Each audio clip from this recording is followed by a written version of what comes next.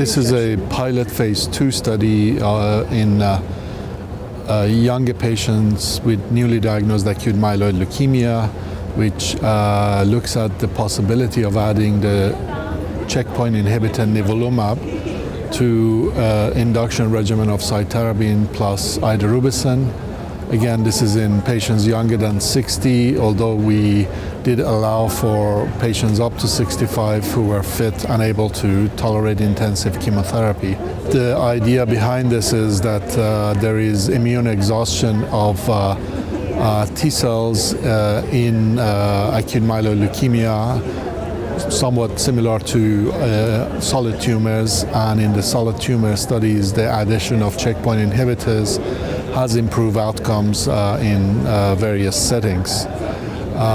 The regimen included Nivolumab, which is a PD-1 inhibitor, which was started about 24 days into the induction regimen and was continued every 2 weeks for up to a year. The overall response rate is 76%, including 61% complete response and 15% CRI. The follow-up has been relatively short, but with a short follow-up and comparing to a contemporary population of patients treated with Idarubicin and Cytarabine, there is a trend for improved outcomes, although this is not statistically significant, and it's likely at least partly due to the small population being studied. In terms of CR duration, there appears to be a non-statistically significant benefit for the combination of Idarubicin, Cytarabine plus Nivolumab. Among the 35 patients who were treated, 9 went on to have an allogeneic hematopoietic stem cell transplant in first remission, and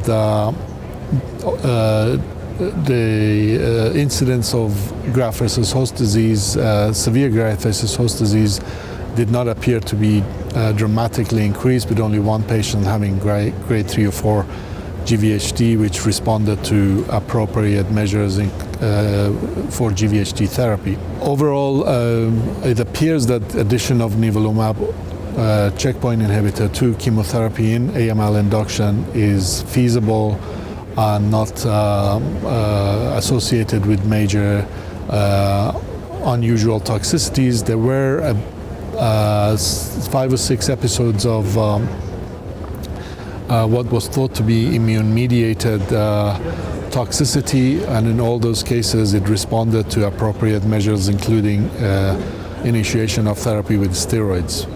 I don't think we can make a major take-home message on this.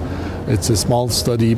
I think the only message is that this approach is feasible and should be evaluated in future studies in the randomized setting.